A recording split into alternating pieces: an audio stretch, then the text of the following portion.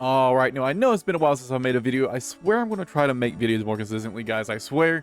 But for today, I want to talk about the Vindictus Defying Fate alpha playtest that ended a couple days ago.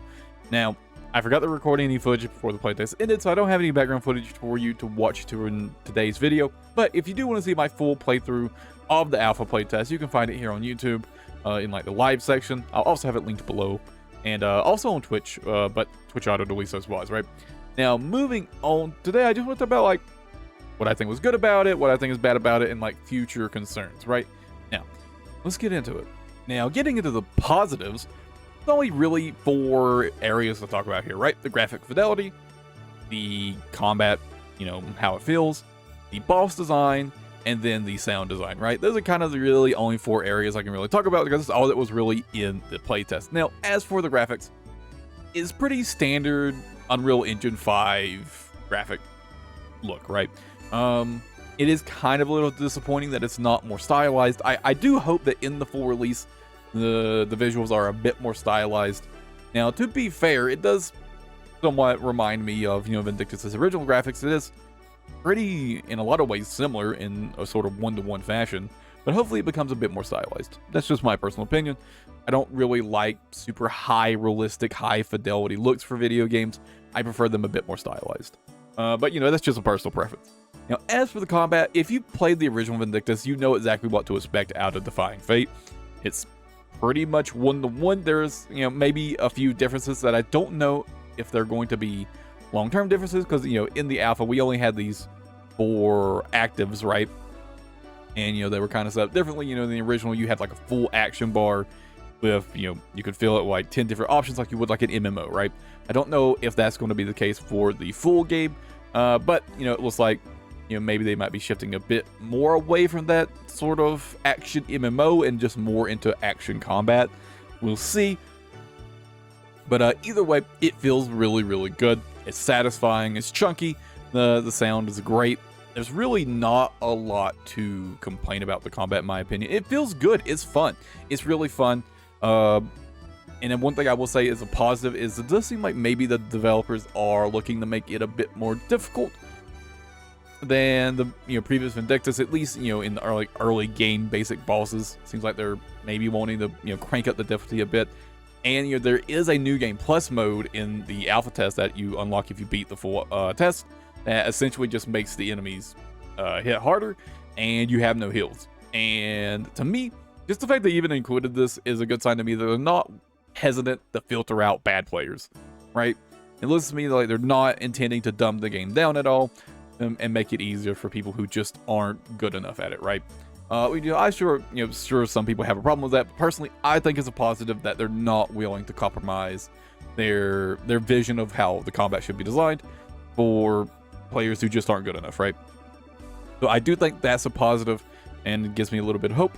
And I guess for the boss design, I really like I thought both the bosses that are, well, so there's a couple like minor bosses and just 2 major bosses, right?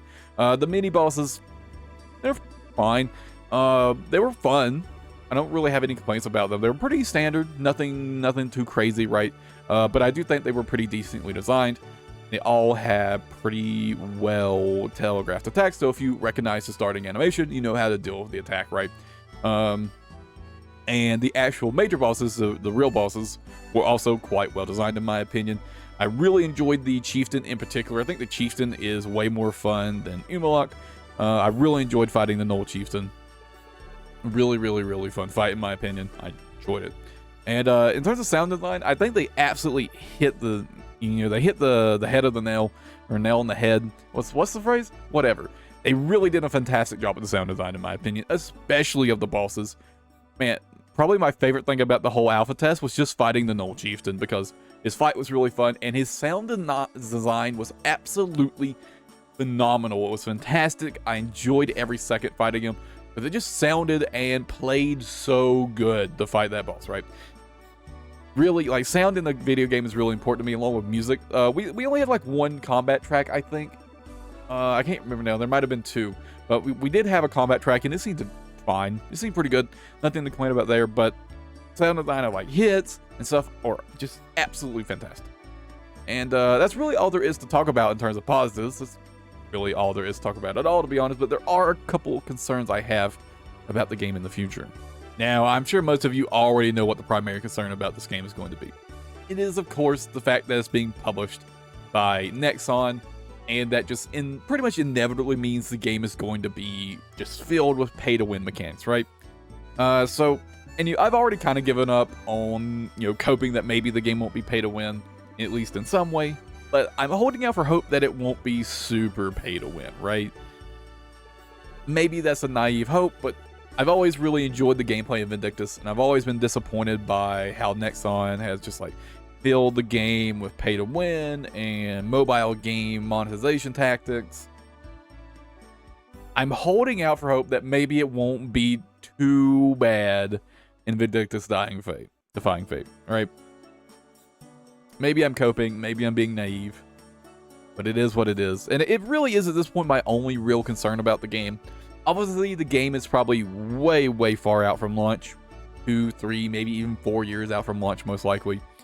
So there's a lot of time between now and then. Maybe the landscape of, the gaming industry will change a bit. And maybe, pay to win will be a little less acceptable. And maybe we won't have to worry about it so much. But we will see. And that's all I've got for you guys today. As always, quick thank you to our members. I really appreciate the support. Any amount of money helps a lot. It helps me keep doing this. And hopefully do it even more as a more primary income means in the future. I really do enjoy, streaming and making videos. So, as always, again, thank you guys a lot for your support. But until then, I'll catch you guys in the next video. I hope you guys enjoyed it. Catch you later.